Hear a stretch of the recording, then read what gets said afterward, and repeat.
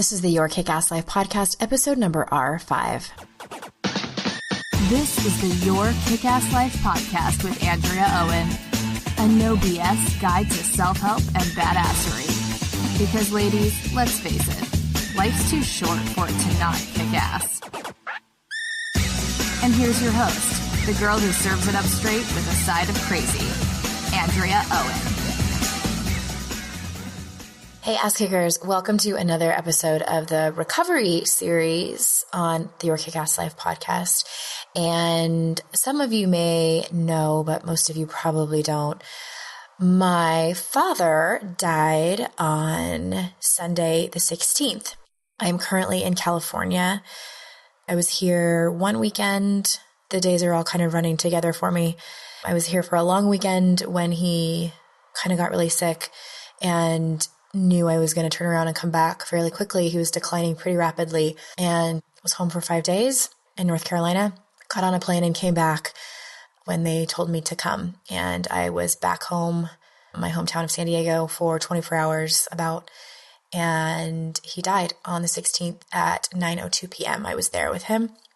And it was horrible. And I hadn't planned on going into a lot of detail in the intro for this podcast.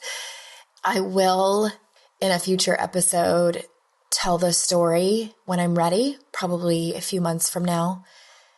And I think I just wanted to say a couple of things about it before we get into the recording of Dawn Nickel. First of all, my dad was sober. My dad got sober on November 3rd in 1993 when I was just 18 years old. And so I had a introduction to what it looks like to be a very high functioning alcoholic, as he was, and what it looks like to get sober with help. He was an active member of Alcoholics Anonymous, and that's when it was time for me to get sober. It was an easy transition for me, having seen him do that and seeing him have success in that 12-step program. So for that, I am eternally thankful for him. When we were going through his things, this was before he died, when he was sick, I was staying at his house with my stepmother and him. I was going through some of the books on his bedside table, and he had some of his recovery books, and I took them because I just had to have them and have his notes in there and things like that. So that was a big part of his life and a big part of his recovery was that. And the other thing I wanted to mention about this was that I am so grateful for my sobriety and recovery right now. I have never lost anyone in my life ever that I was close to. And I was unprepared. I mean, how do you prepare yourself for something like that? I was unprepared. It happened so quickly. He got sick. He started to get sick around the middle of September. He went through tests for a couple of weeks. They were trying to figure out what it was. And then I got word that very first week of October, and he died on the 16th.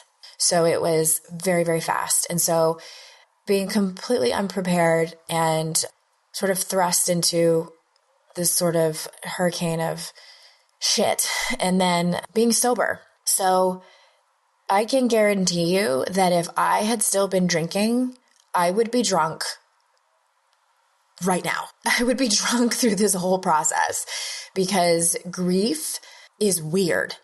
I've been through different kinds of grief. The other really tremendous grief that I went through 10 years ago was different than this. And I was telling my friend Lisa, the only word I can use to describe this is sorrow. It's just really great sorrow that I feel. And it's strange and unfamiliar and all-encompassing and confusing. I feel like it doesn't have any pattern. I've only been in it, as I'm recording this, it's only been a few days, and it's been a roller coaster. I mean, that's an understatement. It's just up and down, and 1 minute I'm fine, and the next minute I am not. And so I picked a moment where I feel okay to hit record and get this together for you. So the episode coming up that you're about to hear was recorded several weeks ago. And what I have decided to do is put the rest of the recovery series on hold. until January, and the rest of the episodes will come out then. I haven't recorded them yet. My life kind of got put on hold over the last couple of weeks, so I had to cancel all of those. And at any rate, I need some time, I think is all I'm trying to say. And they will definitely reconvene. I have all the people lined up. I'm excited to talk to them and share their stories with you. And I have to put it on hold to take care of myself and some other things. So that being said, thank you for listening, and thank you for being here, and thank you for making a commitment to your own sobriety, to your own recovery, or if you're listening just to get a better insight into tools and things like that for someone else or for yourself or whatever. I'm just grateful that you're here, and I'm grateful for the Your Kick-Ass Life community, and I'm grateful for being able to feel my feelings and walk into this fire, because there's still a part of me that wants to run away from it and run away with some kind of numbing mechanism. And I haven't, and I know that I won't, and it's scary as shit. But I think I've mentioned several times on the podcast about self-trust, and that's something that I've learned to do over the last few years, slowly but surely. And what that looks like is trusting my emotions and trusting that my body knows what to do and trusting that I'm going to be okay on the other end. And then some moments I'm like, you know what? I trust it so much that I'm probably going to be even better on the other end. I think one of the other things I didn't realize walking into this, I knew grief would be kind of earth-shattering and very sad, obviously. I didn't know that it was going to change me. That I had no idea. I don't know if it's just oblivion or I don't know. I just didn't know. But what I have found out is that you cannot walk through this kind of fire and come out the same person on the other end. So that's where I'm at. And it sucks, but I'm going to be okay. And I think that's it.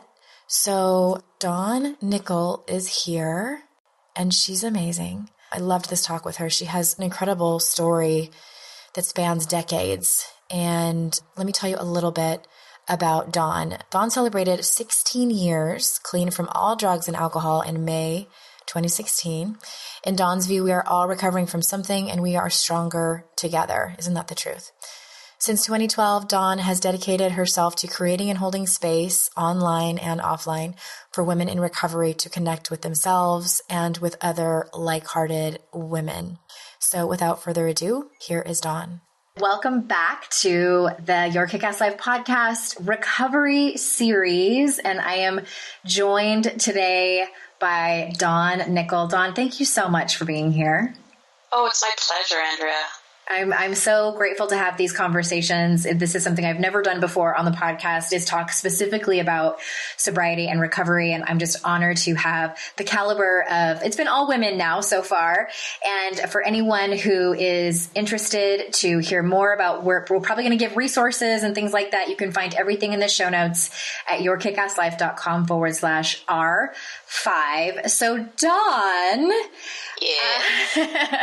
we start out each of these episodes with taking some time to hear your story. I feel like, and I've said this before, I feel like it's important for us to get kind of, like the entire timeline of your story. And because I want people to hear the progression of what took place in all of these stories, because, we heard from Holly Whitaker, I think it was last week. And, like you hear the ending of her story and it was pretty bad, but she wasn't like that in the very beginning. And so I like to kind of pull, be able to pull all the elements of what was going on. And so you have been drug and alcohol free since, I believe it's 1989. So will you kind of start even before that and tell us your story?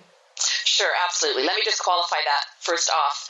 In the last 27 years, I've been clean and sober every day but 2. And I guess I can get to that when I'm talking about my story. But, I just started out as a gangly little kid with 2 older brothers and a younger sister who came along later in my parents' marriage. She's 8 years younger than I am, and grew up in a family that looked pretty good on the outside. We were I was born and raised in Montreal, Quebec. I'm a Canadian. We had a lovely home and a pool, and we were dressed really nicely, and we went to nice schools and had lovely holidays with gifts and all of those things. But the thing that was lacking in our family was a kind of any emotional attachment and attention. And obviously years of therapy later, I'm okay with the way that I was raised. I understand that my parents did the very best that they could. I know that they, in their later years, my mom passed away 16 years ago. She had some regrets about the way she raised us, saying that they were always more focused on working and making the house nice and those types of things, that they didn't really take a lot of time to teach us things about getting along as siblings. We were more or less always told, just don't talk to each other at the kitchen table or in the car, because we would get rowdy or fight or, those things that kids do. And I think back in the 60s, parents just didn't have the information that we have now, right, about how you need to talk to your kids about your emotions. So I forgive, and I kind of don't hold on to a grudge about the way we were raised, but I also recognize that not having any kind of emotional intelligence or being just kind of neglected in that area of our lives certainly did lead to me turning into a teenager who didn't really know much about how to process feelings once they started coming up. I didn't know. I knew how to be quiet at home. I knew how to be funny at school because I really did. I was an attention seeker because I wasn't getting what I thought I needed at home. So I was the class clown. And so part of that just kind of turned into, I think common for so many of us, I was like a chameleon. Whoever I was with, I would kind of take on that persona. So no surprise, we moved out west when I was 15, and I just kind of started hanging out with some people who were funny and loud and seemed like they were having a pretty good time, and found out we had a lot in common in terms of their parents were never home and kind of paying attention to them either. So we ended up that gang of kids, that ends up other people's houses with no parental or adult supervision and experimenting with all sorts of things. The old sex, drugs, and rock and roll. Oh, yeah. That was really kind of my life for a few years there. So I very quickly became addicted to alcohol initially. And I think that was because scientifically we know that when young people start abusing substances, it affects them much more deeply than if we waited until, in the States, if you wait till you're 21, you kind of have a better chance at not getting addicted. But the young teenage brain is very sensitive to substances. So right away, the first time I ever drank, I blacked out, which is pretty unreal. I think I haven't heard other people talk about that. So, and I threw up like all over the place. It was a good indicator, but I wasn't very good at paying attention to indicators back then. So I kept going, and within a year, some things were happening in our family. My parents were having some troubles, and I, having moved at that age, it can be a little bit tricky for teenage girls, and I think boys as well. You don't know who you are, and then you're kind of transplanted into this new place where you really now don't know who you are, and you don't have the comfort of your friends that you've had around for your life. Yeah, you're already awkward and then put into an awkward situation. Yeah, you're just so screwed up, right? So after a year of being screwed up in Edmonton, Alberta, I kind of ran away to the Yukon with my best friend, Val, who was from the Yukon. I was 16 years old. I quit school on a dare, I dared my parents. I got in trouble for something. I think I had a party, and they found drugs when they came home, and I think maybe we almost got kicked out of the apartment that we were living in, really nice apartment. And they threatened me with something or other, and I said, well, fine, if you ground me, I'm quitting school, thinking they're, of course, not going to ground me, or they're going to just say, well, whatever, just go to your room. They called your bluff. They called my bluff and said, fine, then you better get a job. And how old were you at this point? Do you remember? I was 16. It was not a good parental decision, clearly, But they came from a place where they had to quit school when they were in their teens, or my mom did anyway, so it just made sense to her. They had more control over me than they thought. So I quit school and I ran away to the Yukon, and then I was just kind of immersed in this adult lifestyle with people who were in their 20s and doing more serious drugs. I started using cocaine. I was smoking a lot of pot.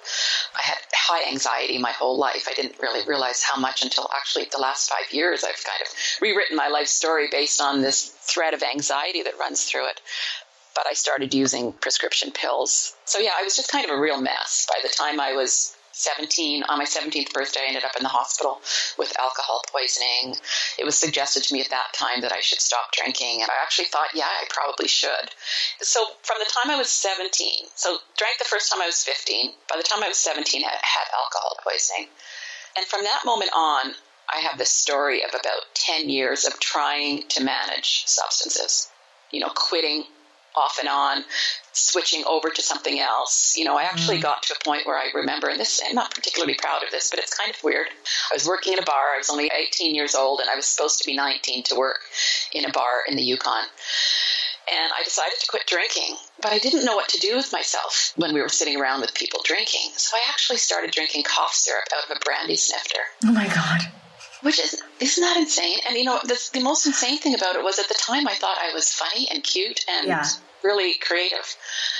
People around me didn't know I was doing that, so I also was slightly ashamed, I think. Isn't that amazing? So, I just want to stop for a second. How we... And when I say we, I mean addicts, we convince ourselves that those kinds of decisions are okay. Because I told this story a couple podcasts ago. When I relapsed, I decided to drink NyQuil and vanilla extract because I didn't want to break my 4.5 months of sobriety, but I still wanted the buzz. But I thought it was like a loophole. Yeah. Yes. Oh my goodness. I know, right? And for me, it only took me 5 or 10 minutes to realize that was kind of bullshit, but I had already drank it. And I was like, oh, Jesus. But yeah, there was that moment of time where I was like, oh, that's okay. I get it. I totally get it. And, I remember I used to drink neocitrin with vodka in it. Oh my God. I don't know what that is. I know. I hope I'm not giving anybody out there. We're not giving people ideas out there. It happens. Yeah. I got the idea for the vanilla extract from an AA speaker. So it happens. There you go. Share the information. So again, from the time I was probably between 16 and 19, overdoses, pills and alcohol each time. I think there were, I can't even remember when I go back now, if I have to sit down and think through them, 3, maybe 4 overdoses. There was just always, I was screaming for help, right? Mm-hmm. That's what it was. I don't ever recall wanting to die. I don't really think I wanted to die. I just wanted help, or I just wanted to blot out the pain. Yeah. And, the pain is often the case, at least in my experience and my observation. A lot of it was related to relationships. Mm-hmm. I was a little bit of a love addict, and it was a shit show. Mm-hmm. And it was just this constant kind of, I would have all these awarenesses of, I need to stop doing these drugs. I need to, I remember the first time I did heroin, I was like, oh my God, now this is bad. I can't be doing this again. Mm-hmm. It was just, I snorted it and it was like, oh, it's okay. I only snorted it. It's not so bad. And then the first time I used needles, I was like, okay, this is really serious. And by then I was actually getting very close to knowing for sure that I had to give this stuff up. So I did stop using needles after only 4 or 5 times. That was pretty scary for a 19-year-old, right? And then I got pregnant. I was in a relationship with somebody. It was an off and on, very, very unhealthy relationship is what it was. Mm-hmm. I was just more obsessed than anything with him. Ended up getting pregnant. I was 20 years old. He wasn't into the whole having a child thing necessarily. He was on and off about it for a while. He didn't think that he was mature enough or that he was ready to handle it. And for some reason, he thought I wasn't either. Go figure. I don't know what he was thinking. So I think he was just kind of scared of adding a baby into the mix of what was already pretty insane. But for me, my pregnancy became the reason that I could finally give up that which had been really hindering everything I did in my life for so long. So I ended up, I didn't stop drinking throughout that pregnancy. I didn't drink like I had, except maybe once or twice. So I probably got drunk once or twice during that pregnancy, but I wasn't drinking as much. I stopped doing drugs. I completed my GED so that I had my high school. I decided that I was going to be a single mom. I was going to be a good single mom. And I just kind of decided to get my shit together for this baby. I think that as much as I've been seeking someone to love, I think more than anything, I wanted somebody to love me unconditionally and fully. And I had a sense that this little baby was going to do that. So in July 1981, my oldest daughter, Ashley, was born after a pregnancy where I really was quite proud of myself because I hadn't been doing drugs and I'd only gotten really fall down drunk maybe once, and drunker than I thought a pregnant person ought to be, a couple of more times than that. And I'd had a lot of days where I hadn't drank at all or hadn't done the pills or the drugs. So when Ashley was born, there was a period of time where I kind of fell back into abusing everything that I had previously abused, but much more binge-like and sporadically.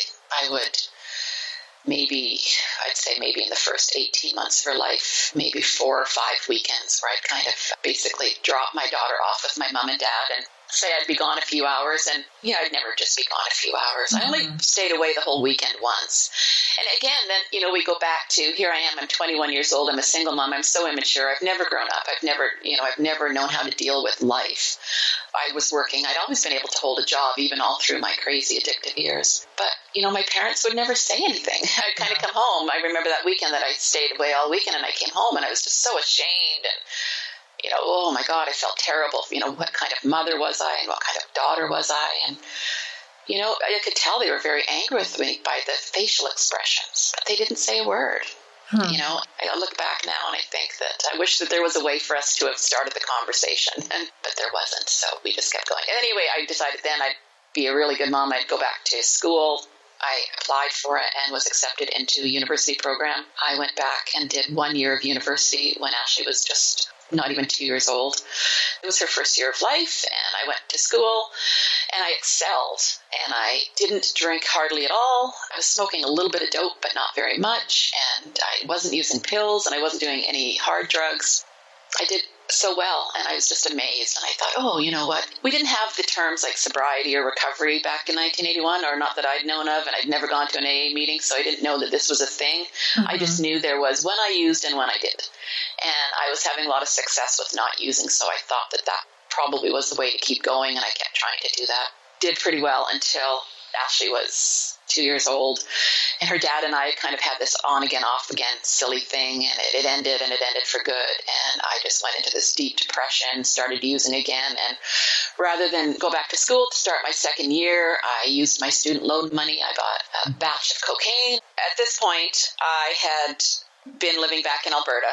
I'd left the Yukon when I got pregnant, went down, had Ashley, went back to school. Things were going quite well until I decided that it was time to go back for second year. I needed more money than my student loan had enabled me to support ourselves for the first year. So I bought a big batch of cocaine, and I thought I'll just run up to the Yukon and sell it, triple, quadruple my money, and then we'll have lots of money, be more comfortable for my second year of university.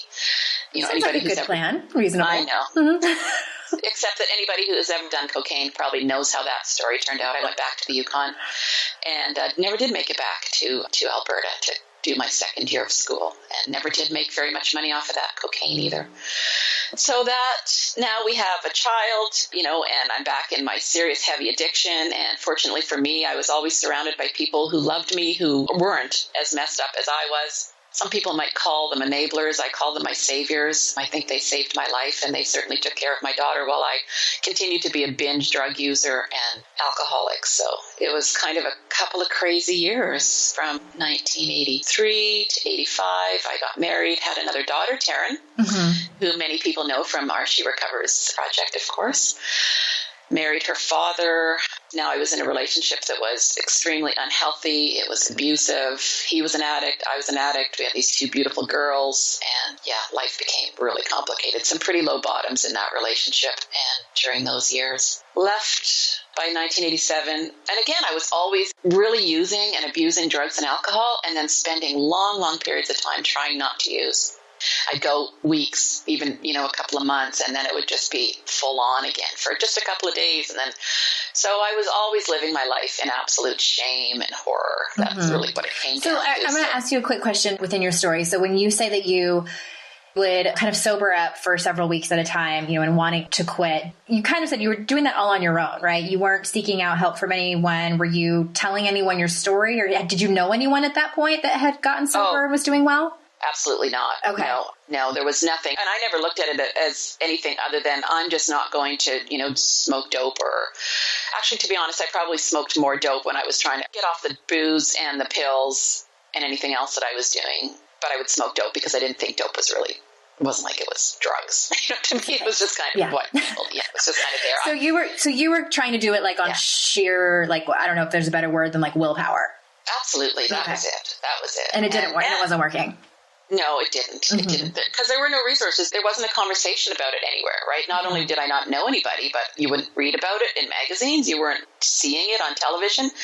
The only movie that I can remember really seeing about it as even a teenager was this thing, and it was Eve Plum, I think.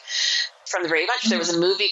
It might have even been called Dawn, the Teenage Alcoholic. So it was like an after-school special? Yeah, it was. Absolutely, it was. It was amazing. It was in the 70s. So yeah, no, there was no real kind of discourse about it. It was my life. It had been my life since I was 17. You know, you use, you screw up, you hate yourself, you use again, you try to quit, and it just this horrible thing. Well, for anyone that's listening who might not know, who was, maybe born in the 90s, like the 70s and 80s, like everyone was doing cocaine. That was like drinking. It was like not a big deal. Yeah, it was everywhere. And it was very addicting. And for women in particular, I mean, we liked it because we could party longer. It kept us sober longer. You know, we didn't eat for days if we did cocaine for days. So we were like 90 pounds and, the whole body image, disordered eating thing fit in really well with the cocaine scene. It was just nonsense. It was absolutely ridiculous. Anyway, it all came to a thud. In 1987, my relationship with my husband deteriorated to a point where I ended up in a women's transition home. And the counselor talked to me and said, it's not just the abuse that your husband is leveling at you, you're abusing yourself, and what are you going to do about it? And ridiculous as it may seem, I just knew in that moment that she was right and I needed to do something about it. So I promised her that this time for sure, I was never going to use again. Mm-hmm. This was like the moment for me. And it was probably because it's the first person that I'd ever spoken to about it that was a professional that could give me some of the information that I needed to make that decision and that commitment. And she was smart. She knew. Uh-huh. She said, let's make a deal. Let's make a little deal here. If you cannot do it on your own, if you can't stay for, I think she said something like 2 weeks, would you agree to go to treatment? And I was like, well, I'm going to do it. But of course, like, sure, like, if that's what you need in order for me to get out of here and get on with my life, I will do that. Yes, if I can't do it on my own, but I'm going to do it on my own. I've done it many times for many days. So, yeah, I don't need your treatment. Watch this. Yeah. Mm-hmm. No. And, I gave her my word, and I don't know why my word meant something at that time, because a week later I phoned her crying and saying, okay, I can't do it. Mm-hmm. I had drank 18 strawberry apple cider and lost feeling in my arms. Yeah, so I went to treatment. And in treatment, I just started listening to people and educating myself. And my counselor there said, you know that you can't go back into a marriage that is abusive where there's drugs and alcohol. And so I called my husband and I said, I can't come home if you're going to be abusive. And he said, I'm not going to be abusive. And then I said, and I can't come home if there's going to be drugs and alcohol in the house. And he said, so where are you going to move? Where are you going to go? Yeah. So that was that. And that was the beginning. I left. I went home. I got my children.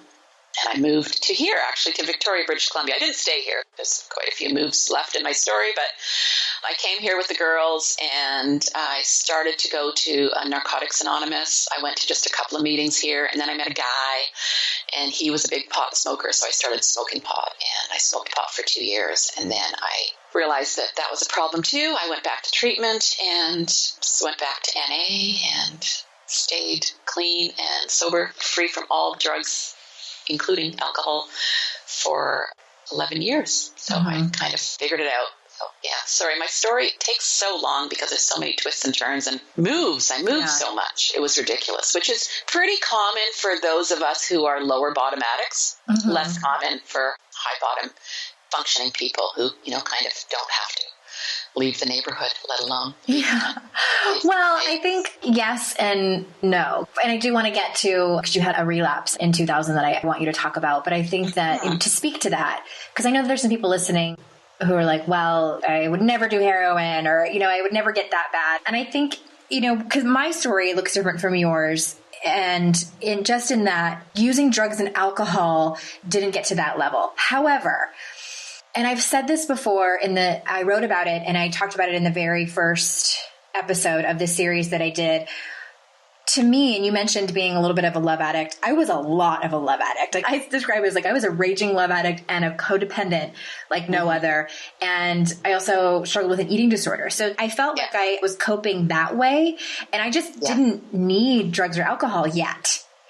And for what happened for me is that when my eyes opened up to how bad my codependence and my love addiction was, and that was, my therapist pointed that out, because I had gone to her to talk to her about other stuff. And then I had also gone to her to try to save and fix my relationship that I was in for a really long time. And she kind of turned the mirror on me and said, well, Andrea, he's not all to blame. You have some issues too. And I was like, how dare you, So once I started to work on healing myself from codependence and love addiction, I never told her about my eating disorder until much later. It was like I was holding on to that just, for sheer, it was the last thing I was holding on to. But when I started to heal from the codependence and the love addiction, my alcohol consumption shot up. Yes. And I mean, it was almost scary, Dawn, how quickly the progression went. And I was proud of myself for working on that other stuff. And it actually, thankfully, because I had already gone in the direction of, recovery, I quickly realized what was happening. And to be honest with you, I was kind of pissed because I was like, you mean to tell me now I have to quit drinking? Yeah. Well, I think for some of us, like our drugs and alcohol, I mean, it's just a symptom, that. The quantity may not be that much, but what are the other behaviors that you're using that are just as addictive and that you're getting high off of?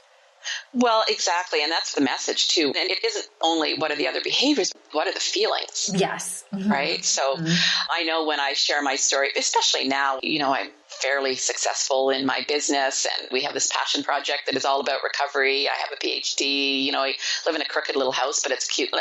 Most people would think that this woman seems to have her shit together. Mm-hmm. I was actually thinking it in my head. I'm like, sounds like she's got her shit together.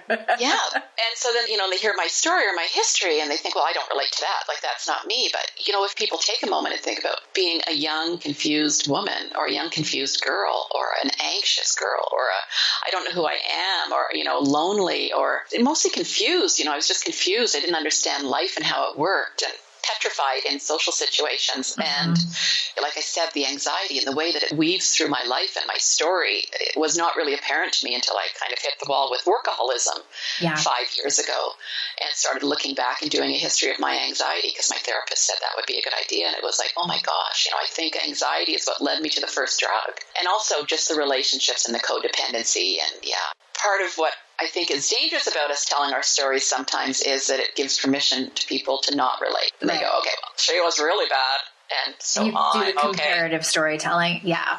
Yeah, so that's difficult. But like recovery became my life. I got really, really into it, and I am a member of a 12-step program, and I really embraced that. It gave me everything I needed. Today, I'm a strong advocate for 12-step recovery, and I'm an equally strong advocate for anything else that works for you, right? We have a lot of kind of underlying premises of She Recovers, but believe so strongly that we all need to be supported to find and follow our own individualized pathways and patchworks, right? That's really, really important to me. And it took me some years to get there.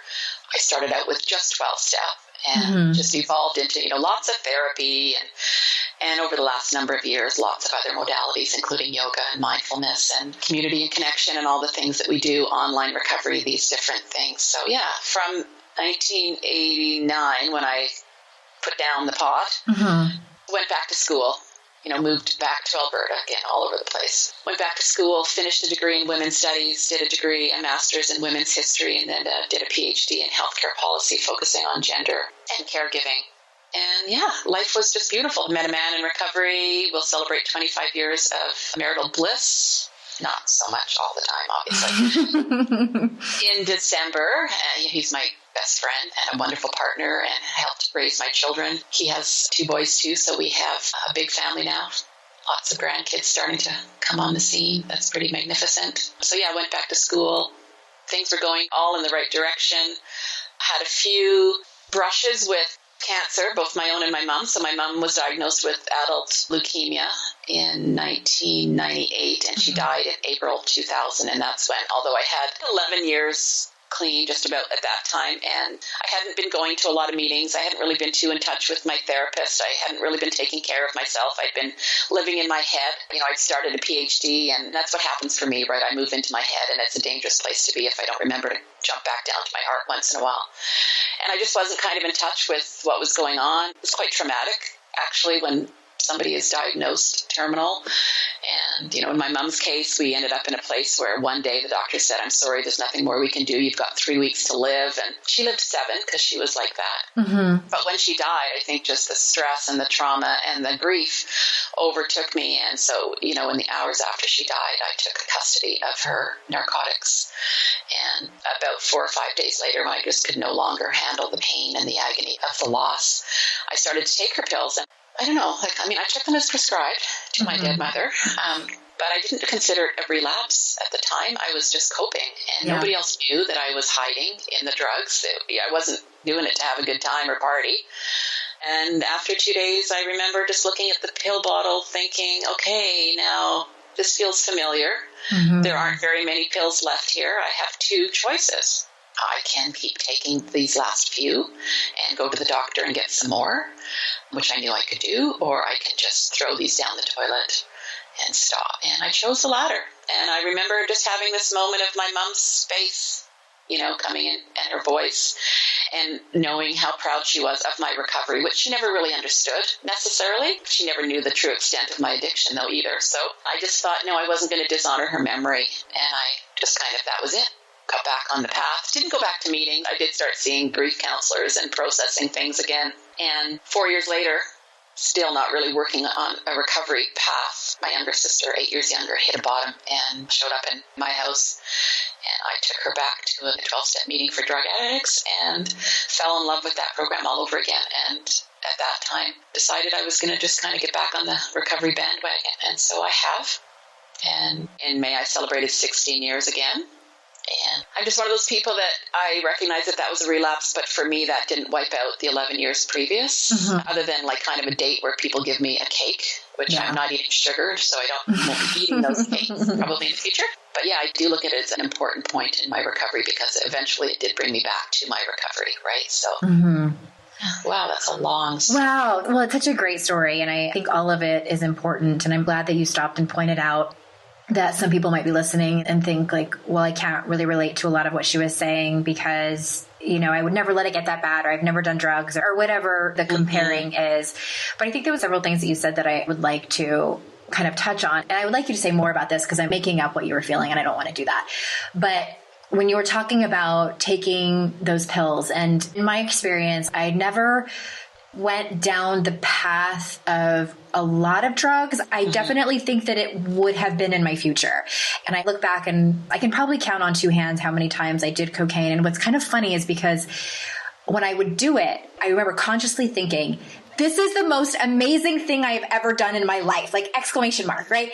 And I probably shouldn't do it again because it was I kind of knew even back then, in my 20s, that I am in love with this drug. And I cannot.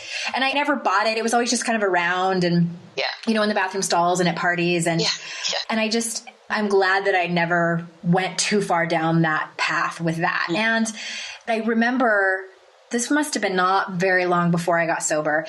This was towards the end for me where, I was starting to buy boxes of wine instead of bottles because the bottles were just, not enough. My husband had shoulder surgery and had a prescription for painkillers. And he left the bottle of the painkillers. We have a basket on our kitchen countertop that we would put keys and loose change and stuff in, and that's where it was. And my husband is the type who doesn't like the way those painkillers make him feel. Who does that? It's like a unicorn. I know. And so he would take very few of them and he would leave them out. So to me, that was a waste. And so I would drink and take these painkillers. And I remember I had a very similar moment that you did, although I hadn't stepped into recovery yet at this point. And it was in his name. And I remember thinking, well, I could probably get a refill because I think there was refills left. But what if I call it in? And then when I go to the pharmacy, what if they say do you have permit? I didn't know how that worked. Right. And I was too afraid of getting caught and so embarrassed and ashamed that my husband would be like, why are you getting a refill on my painkillers? So that's the only thing that stopped me. But that was also a huge indicator to me. Normal people probably don't do that. That's probably not a good idea. Which brings me to my question for you is that for me pills kind of just allowed me to go on a mini vacation. For me, life was just hard. All of it, all of the feelings, not just, like grief and anxiety, but like even joy and bliss and love. I felt so overwhelmed with feelings because I grew up in a very similar house that you described. We just didn't have words around feelings and emotions. And I just wanted to, for lack of a better term, I wanted to take the edge off, like to soften the edges because I was so afraid of looking at the edges and what was underneath those edges. That's really what I wanted. Was it similar for you? Oh, totally. Yeah. I just didn't want to be present. When my mom died and I took the pills, I just wanted to sleep, really. But of course, on some narcotics, such as the ones I was taking, you kind of go on a little trip before you sleep, and then you're kind of in and out of dreamland. And it was comfy and cozy, and it felt familiar to me, right? It felt so familiar to me. And I think that that's what frightened me about it, is it felt so comfy. And I knew that I could go back and live there. But, as much as I didn't want to dishonor my mom's memory, I didn't want my kids to have to bury their mom. Yeah. And I had a very strong sense that that's what would happen, because the grief was so much that I knew that if that's how I was going to deal with the grief, then I was going to have to do a lot of pills. Yeah. Because I wasn't going to drink. I lost the desire to drink the moment I went to treatment. I haven't had a desire to drink since, not once. And people go, I don't believe that. And I go, well, I don't care if you believe that. I haven't. So it was a really important moment to me. And I think what it signifies for me too is that we always know, we have intuition and we have, our gut feelings. It's just that we don't listen, or we just numb out so that we can't access what we really think we ought to be doing. And I think for me, recovery is a lot about kind of getting back in touch with my intuition, right? So that these decisions, I know I work with a lot of women now who are, I knew I shouldn't. That's almost what they always say. I knew I shouldn't, and then I just did. And it's like, but let's go back to the knew I shouldn't part. Let's see how you listen to that. So, I just feel really, really fortunate that I made the decision that I did at that time, and that I decided to pursue my grief rather than try and numb it. I still do, right? I still like grief. That's a big part of who I am today. Not every day, but I embrace my grief. Like, I take to my bed around the time of either my mom's birthday in April or the time where she passed away, which is later in April. I always have like a dead mother day. Yeah. And, I take to my bed and I cry and I just feel and I just kind of go there. And then I'm good. And, I get up and I keep going about my life trying to honor her memory by being the best person I can be and the best mom and now the best grandmother. And it's pretty good. I love that story. Of course, not that you have grief days, but I think that's just part of being human. And what I hear from a lot of women is that I remember distinctly, there was a woman who said to me, I feel like I have this black hole of pain and I am so afraid to start digging into it. I hear that a lot. And I remember that. I remember thinking, if I walk into this fire, I don't think I can come out alive. I think that it will swallow me whole and eat me and kill me. And I was so terrified to really, really look at the heartbreak and the grief and the fears that I had. Yes. I just didn't know what was on the other side. I just didn't know if I could survive it. For me, it was about self-trust, which I never had any. I didn't know what that looked like. And I just was scared. And I think a lot of my recovery has looked like telling my story. And I'm never going to sit here and tell people that they should start a blog or publicly come and tell everybody on Facebook or whatever. But it's just like that one person, like you had that one person that reached out and was like, okay, here's what needs to happen for you. And that's, why I like to have these public conversations, because I want people to know like that there are other women out there that, like you were saying, we might not have the same exact details of our story, but we feel the same. And I am living testimony and you're living testimony that you can walk through hell and walk through the fire and come out not just okay, you're going to come out bruised up and with scars. But for me, I can't imagine going back there. I can't imagine going back to the walled up, closed off, absent, numbed out person that I was before. You know what I was on? I was terrified of the world, and I was terrified of myself. I was terrified of everything. Wow. Yeah, I hear that a lot. I don't know that I lived in terror as much as in anxiety, but I understand and I hear what you're saying. And so when you did kind of go into that deep black hole, I'm going to guess that you didn't do it alone. No. Right? And what's interesting is that When the times that I have gone into the deep black hole, I was equal parts scared of doing it alone and scared of doing it with someone else. Yeah, because like, you know, you have to pick the right people. You know, you can't just do it like with your hairdresser that you just met 5 minutes ago, which I've tried. Or the barista at Starbucks. I mean, these are people that you trust. And I hear from a lot of women, well, I don't have those friendships anymore for whatever reason. But I mean, that's where a trusted counselor or therapist or clergy person or someone like that, that's what they're for. Well, and there's like tribes and tribes of us now, right? I mean, think about all of the online groups and the meetings that are free. The things that we do. I mean, honestly, so many. And it is just really about finding that one person or a room full or whatever it is, right? We like to say that we do recover out loud if we're ready, when we're ready. We don't have to. It's not a requirement of recovery. But when we do recover out loud, other women who are struggling can find us. Yeah. You know, and whether they relate to my story or not, I can introduce you to hundreds of other women who have a story more similar to yours. Yeah. I always like to say we saved you a seat. Yeah. Always welcome. So I have a question for you because I get asked this question a lot too. So what advice do you have for someone who might be listening to this series, but they're not quite 100% sure they need to quit? So in other words, how do you think someone knows? Well, you know, honestly, I think we know.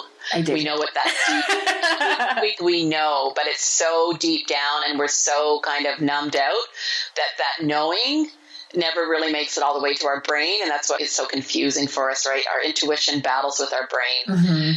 And so there's a few things. I think I loved what happened for me, which was I was basically given a challenge, right? Okay, then stop. And if you try to stop and you can't, or if you try to stop and you do, but every waking moment is obsessed with focusing and obsessing over the fact that you're not drinking or using or whatever it is, that's a good indicator. I do think it's a good idea to just have a discussion with a professional, somebody who understands addiction. Try to moderate. You know, like if it isn't about quitting, then don't. If you don't know, maybe then try to moderate. Sometimes even then. What happens for a lot of people, happened for me, I hear it kind of happens for you, is when we try to change a behavior like that, we're trying to moderate, things get worse sometimes, right? And like that's kind of an indicator. So I guess it's try anything and everything to do the research, like figure out what's out there, what's available. There's so many wonderful online opportunities now. There's books. You know, I think about Annie Grace's book, which is really so much. It's called This Naked Mind, and she also has courses and free videos on her. Did you say Annie Grace? Annie Grace, okay, yeah. We'll link up to that. Yeah, and she really focuses on, people who are just curious about their drinking, right? And, kind of explore the curiosity. And then, of course, Holly from Holly was on, Hip Sobriety, Holly Home and podcast. Laura, so Hip Sobriety, So, again, just kind of there. And then there's the Bubble Hour. Yes, I know all those ladies. Jean McCarthy's coming on soon. Oh my gosh, I love Jean. She's been to our retreats and I love her. We work together on a number of different things and she's amazing. So yeah, just kind of explore, do the research, just be open to the idea that your relationship to alcohol or other substances can change and you can meld it into, the relationship that you want to have with it or try to. You may not be addicted. Like there's always that possibility too, right? There's a spectrum of abuse. There's people who just kind of casually drink or not drink. They can take it or leave it. There's those who drink a little bit more than they want to themselves, but then they can stop or they can just kind of tailor it back. It kind of depends on our brain and where our brain chemistry is at with it, whether we're truly addicted or not. So there's kind of a wide range. Just don't be afraid of the questions. Don't be afraid of trying and to reach out and be gentle with yourself. Unless your life is in crisis and your family's life is in danger and you're driving around drunk with your kids, then don't just be curious and take your time there. Go and get some help. I think that it's the degree, right? Not only because they're worth it, because that's the only way I got clean was because this baby that I was going to have was worth it, but because you're worth it. We're all worth it, right? We are all worth it. Absolutely. Yeah, I agree with you. I don't think that every single person who's contemplating, who hears the whisper of maybe there's a problem, I don't think every single one of them is addicted and needs to be sober forever and ever, ever. I don't know that. I was that person who I wanted an answer from somebody. When I Googled, am I an alcoholic? I wanted Google to tell me yes or no. Yeah. I didn't want to have to figure it out on my own because I think for me, I was still holding out hope that I wasn't and that I could moderate. And I don't know if I ever tried. I just tried to quit. My friend Courtney, who was also on, she gave me kind of the same challenge. She said, well, quit for 30 days and just see what happens. Yeah. And I white knuckled it for 6 days and was angry and anxious and broke after 6 days and drank. And then I was like, all right. And then I kind of went on like a binge. And at that point, we were in the process of moving from San Diego to Utah, and he was gone for a couple of weeks. And that's when I just was like, I had no supervision.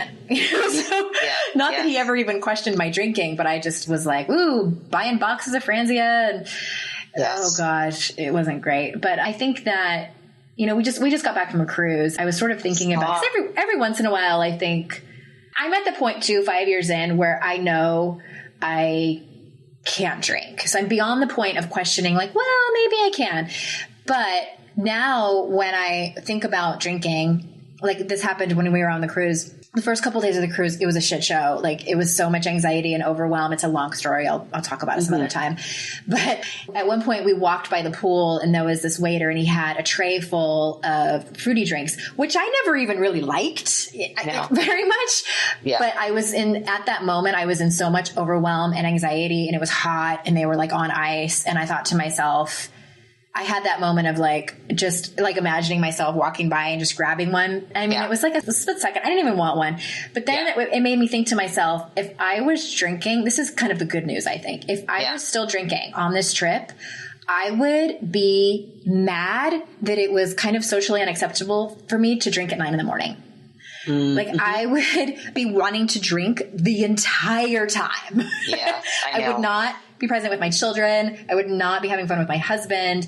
My primary focus on that week-long cruise would have been booze. Yeah, I guarantee it. Absolutely. Absolutely. Yeah, I know. And same, it's all-inclusive. It's the same type of idea, right? I've only been to all-inclusives in my recovery. Thank God. This one wasn't even all-inclusive. And from what I understand... Right. Oh, you have to pay for your booze on trips. It was a Disney cruise. So, but still, I wouldn't have even cared. I wouldn't have even cared. I would have just been like, I'm on vacation. Yeah.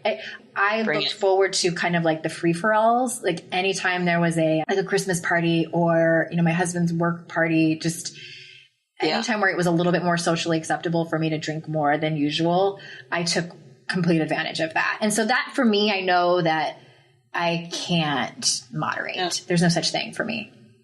I'm glad you know it. Yeah, it's true. It's a good knowing. It's a good knowing for sure. Yeah, it is.